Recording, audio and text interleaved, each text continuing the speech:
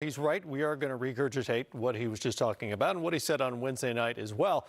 Secondly, I would take issue with one thing he said. There is something that he could do about it, and that's not say things about his teammates like they're not good enough, which is essentially what he said on Wednesday night. What do you make of the last 48-hour news cycle with the Brooklyn Nets? Well, I make of it exactly what Kyrie's talking about. It's a drama-filled league, and you need guys who are full of drama to fuel it. And he does exactly that, whether he's playing or not. Brooklyn's got a team that built an identity long before Kyrie and Kevin Durant showed up of being a grimy, hard-working, blue-collar team. Now they've got a couple superstars, one of which is not going to be on the floor this year, as we know.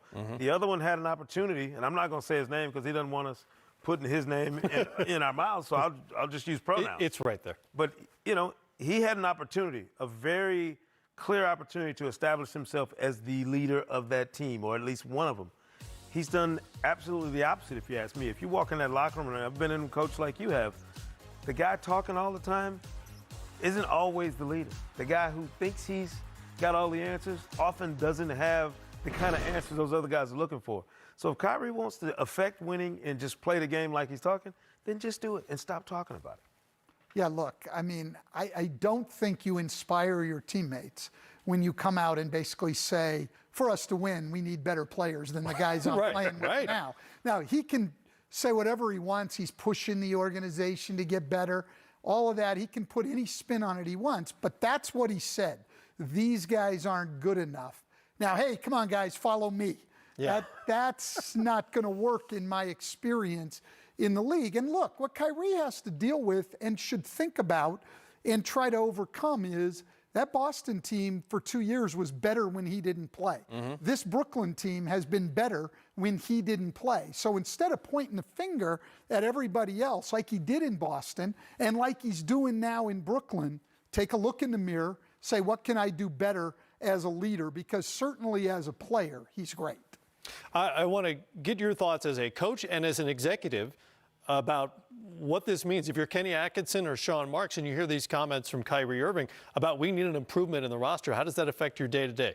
I don't think it does affect their day-to-day. Those two guys have done a terrific job. I think that both Kyrie Irving and Kevin Durant made it clear that's one of the big reasons they wanted to go to Brooklyn was how well that organization had been run.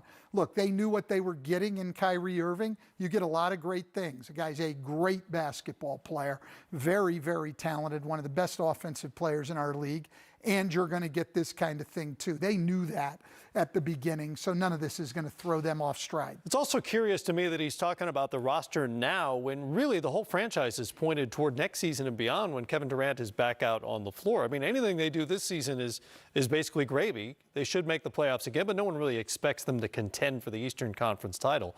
It's all very, very curious. Time for the road ahead powered by Dodge. Here's the next 10 on the Nets schedule. 3 really tough ones with Milwaukee tomorrow night, Philadelphia at home, and then the Lakers at home. Then you've got 7 straight against sub-500 teams. What kind of an opportunity is this with a healthy Kyrie Irving on the floor? Well, I mean, look, Brooklyn was a 500 team without Kyrie. Right. So, I mean, obviously he should make them better. But if we look at the history, the past couple of years, teams have been able to operate with or without Kyrie on the floor and healthy. This is one of those deals to me where if Kyrie wants to get better and wants that team to improve, he's got to start empowering these other guys around him to step up into those moments and play bigger, have more of an ownership of what's going on his team instead of assuming that it's all on his shoulders and his alone. This is a great stretch for them to find out what these other guys are made of with Kyrie, playing alongside these guys and folding himself into the fabric of what they're doing as opposed to Kyrie expecting everybody to live up to whatever internal expectations he has for this team. Well, tomorrow they'll take on a Bucks team that's won 5 straight. They have the best record in the league again at 37-6 after last night's win over Boston. In your mind, what is the biggest development with this Bucks team this season? To me, it's really been DiVincenzo. You know, you had to have somebody come in and basically absorb those minutes that Malcolm Brogdon was taking up last year. DiVincenzo's been really good to me just in terms of how easily he can play off of your other best players. If you got him in that role, that eliminates something you'd be worrying about if you're Mike Budenholzer. Now you can kind of get into a groove with this core group and DiVincenzo being maybe a bit more dynamic athletically, but also learning that position the way Brogdon did, how to play off of Giannis and Chris Middleton and Bledsoe. You got to have him come playoff time. So this is all about getting him prepared for what he's going to have to do come April. I'm a little surprised, for as good as they are, how much confidence they've shown in him in his second season as a ball handler and playmaker so far. Giannis Antetokounmpo coming off an MVP season. How does the 1920 version compare to the MVP? Look, he just keeps getting better. His decision-making gets better. Obviously, he shot the three more. I mean, this guy is unbelievable. I mean, his only thing right now is his free throw shooting. Yep. I mean, we'll see right here. He can go down in the post, which they've started to utilize a little bit more. Here he gets Harkless off of his feet. Great up and under move to the layup. Here now he's going to get the switch on the pick and roll, go isolate against Caldwell Pope. He's going to go on the drive. Anthony Davis a little bit late coming over on the spin, and Rondo is rotating to the corner to take away the three. He's all the way to the rim and lays it in.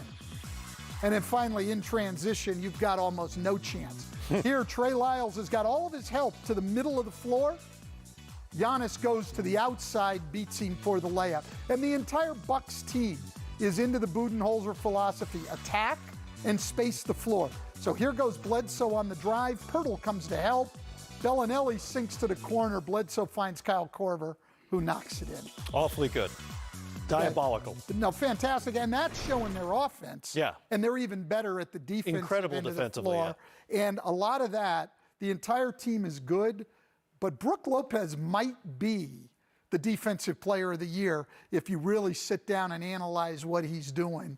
Incredible protecting the paint for them. Isn't it amazing how different his career looks now than it did 5 years ago in terms of his skills? You're talking about a three-point shooter now who defends the rim. He didn't do either of those things back then. Well, one of the big complaints used to be that he didn't rebound, right? For a guy his size. But it's all about what system you're playing. I think we forget how much better Al Horford and Paul Millsap looked playing for Mike Budenholzer when he got those two guys and really changed their games. They weren't considered floor stretchers the way they are now. Both of them now have that component to their game. To me, it took them to another level. And sometimes it's just about the right player at the right time in a system that works for him. Well, Lopez started to evolve in the LA Lakers days. We started seeing him taking threes, but I mean, he's done a 180 in terms of what he's good at in the NBA. It just doesn't happen very often to a guy who's been around as long as he has, and who was an all-star playing the other way once before back in the Eastern Conference. Don't forget, Crunch Time comes your way at 9 Eastern Time. And on the way, Giannis Antetokounmpo, the reigning MVP, still number one. Changes from week to week, and we just so happen to have the curator of that list with us once again. SeKou Smith here to take you through the top 5 in the MVP. And my question for you is, having done this a long time now, we just reached the halfway point of the season. How often is the guy at number 1 at the halfway point ultimately the MVP? That's a great question. It's usually we figured out the race by now. The guys who are going to be in the hunt, down the stretch of the season have made themselves available. And I think we have this year as well. These 5 guys are generally the 5, maybe one more guy who might be in that mix who's kind of on the fringes of the top 5 right now. But these are the faces you're going to see, depending on how they finish that stretch after All-Star, who will be in contention for the MVP this year. All right, any changes?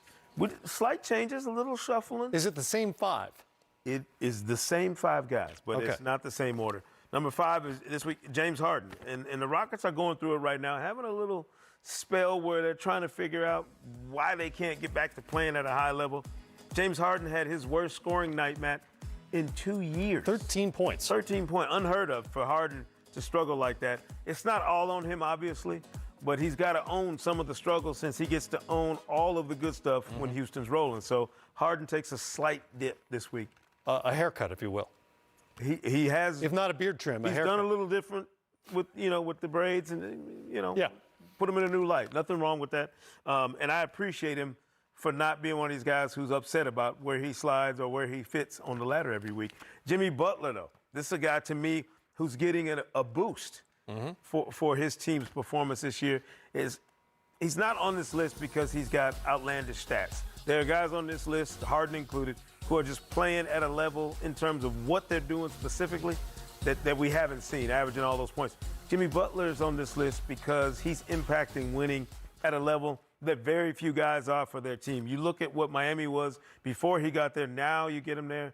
They're unbeatable at home, basically, and every bit in the mix for a home court, spot in the Eastern Conference playoff chase. Yeah, it's a good example of context mattering in this MVP race, and I bet you hear from a lot of folks who say, Jimmy Butler, he only averages blah, His blah, numbers blah. don't look right. Exactly. Like they look at somebody's numbers and assume, and I think we often do this. People look at somebody's offensive numbers and assume that dictates whether or not you're a really great player. That's only part of the game. I also assume they're using that voice when they complain to you. Jimmy Butler, that's just the way I read it. No matter what you say, that's Number 3, Luka. Luka Doncic, to me, I thought we would get to a point where Luka would stop impressing us. We'd be going, all right, we're getting used to this. All right, yeah he's great. 12th triple-double, leads the league, and continues to really drive this Mavericks team into territory they have not seen in quite some time. I like Luka's, the humble nature of this guy. When he hears the comparisons to other great players or you're better than Dirk, you got a chance to be better than Dirk, he shoots that down and makes sure that the rest of us remember he hadn't even seen his 21st birthday yet. Yeah. He's getting ready to hit that next month. It's going to be in the same month that he goes to his first All-Star weekend as a guy playing on Sunday night in the big game. It'll be interesting to see how Luka comes back after the break because he won't have this gusto that he had to kick off a season. Now you got to figure out a way to be effective after everybody's seen you and knows that you're playing at that next level. A lot of chatter in Sacramento this week about the one who got away. Remember, they were one of the teams who passed on him, and then he hit him with a triple-double on Wednesday. Maybe just a little reminder from Luka. Look what you missed out on. Yep.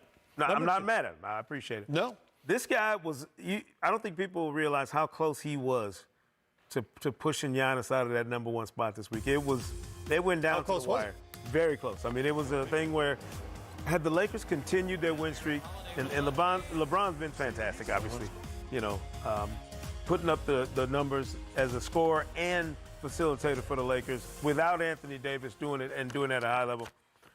The Lakers had their streak busted, and that it didn't end his opportunity, but it kind of took a little bit of starch out of a campaign this week where you'd say LeBron's done enough to push himself into that number 1 spot and give Giannis maybe a vacation for a week. Because Giannis has been here. A respite. He's been at number 1 for so long now. It's not even there's no suspense on Friday nights. We know he's going to But the lead is that fragile, you're saying, that LeBron was almost there. No, it's not that it's fragile. It's that I've been saying this consistently. Somebody's going to have to outplay Giannis to get him out of this spot. It's not going to be a thing where You're going to have to beat him out. It's not going to be a thing where he falls because he stops playing well. He does 30-plus double-digit rebounds and huge impact for the best in the league every single night. He's had one game this year where you can look and go, man, Giannis didn't play very well that night. Other than that, he's basically been at this same elite high MVP level from the start of the season until now. You can make great arguments for a lot of these guys, but to me, the lead between Giannis and everyone else is pretty significant. It's getting there. We're getting to the point now where if he's not going to take even a slight dip at some point, in this unbelievably rugged part of the season, you know how it is. Yeah. These guys get past the Christmas games right before All-Star. You see guys downshifting, or you see guys kind of adjusting to what they know is going to be the pace of a really long season. Giannis could care less. Nope. I mean, they're doing the wrestling routine before games. It hasn't changed. Their energy, to me, is at an elite level. It's the reason the Bucks go into this second half of the season at the top of the charts, and nobody's going to knock them off. I mean, there's no sign of let up in the Bucks or Giannis or anybody in Milwaukee for that matter. To me, he is the prohibitive favorite right now, and I say that as someone who didn't vote him first on my ballot last year. There was a much more difficult debate to me last year. He's clear in front of the pack this year, whereas last year at this time, it was a great story, but we didn't know if he could keep it up. I think we got our answer already on that. All right, the new Kia MVP ladder every Friday on NBA.com. LeBron does have the number 1 spot on at least one list, and that's jersey sales. The league announced today LeBron still number 1, ahead of Giannis. Steph Curry's not even playing, and he's still selling jerseys out there. Jason Tatum, a little bit of a surprise for me at number 4, although the Celtics are a wildly popular team. Yeah, and Tatum's had a really good year, obviously. The jersey sale is more about popularity than it is performance. So, I mean, I guess we shouldn't be surprised to see LeBron there. But I do think it's very important that you notice all the guys that you tend to find on MVP ladders, on all-star teams, on honor teams are the same guys who are the biggest sellers when it comes to jerseys. There's a correlation between all that, Matt, that I don't think goes away in any season. You go back and look at any season, your best players are going to be the guys who make all-star teams, all-NBA teams, and they're the ones that are selling when it comes to jerseys. And look at number 15, Zion Williamson, already getting it done. He hasn't played yet. Good for him. I mean, you're in the top 15 before you even take the first shot, officially of your career. I'm like everybody else. I can't wait to see him play. Looking forward to it. Can't wait. We think that's going to happen Wednesday night against the San Antonio Spurs. Stick with us. More Game Time presented by State Farm on the way, including a little dive into some of the early season surprises. Some of those may surprise you. We're here to surprise you.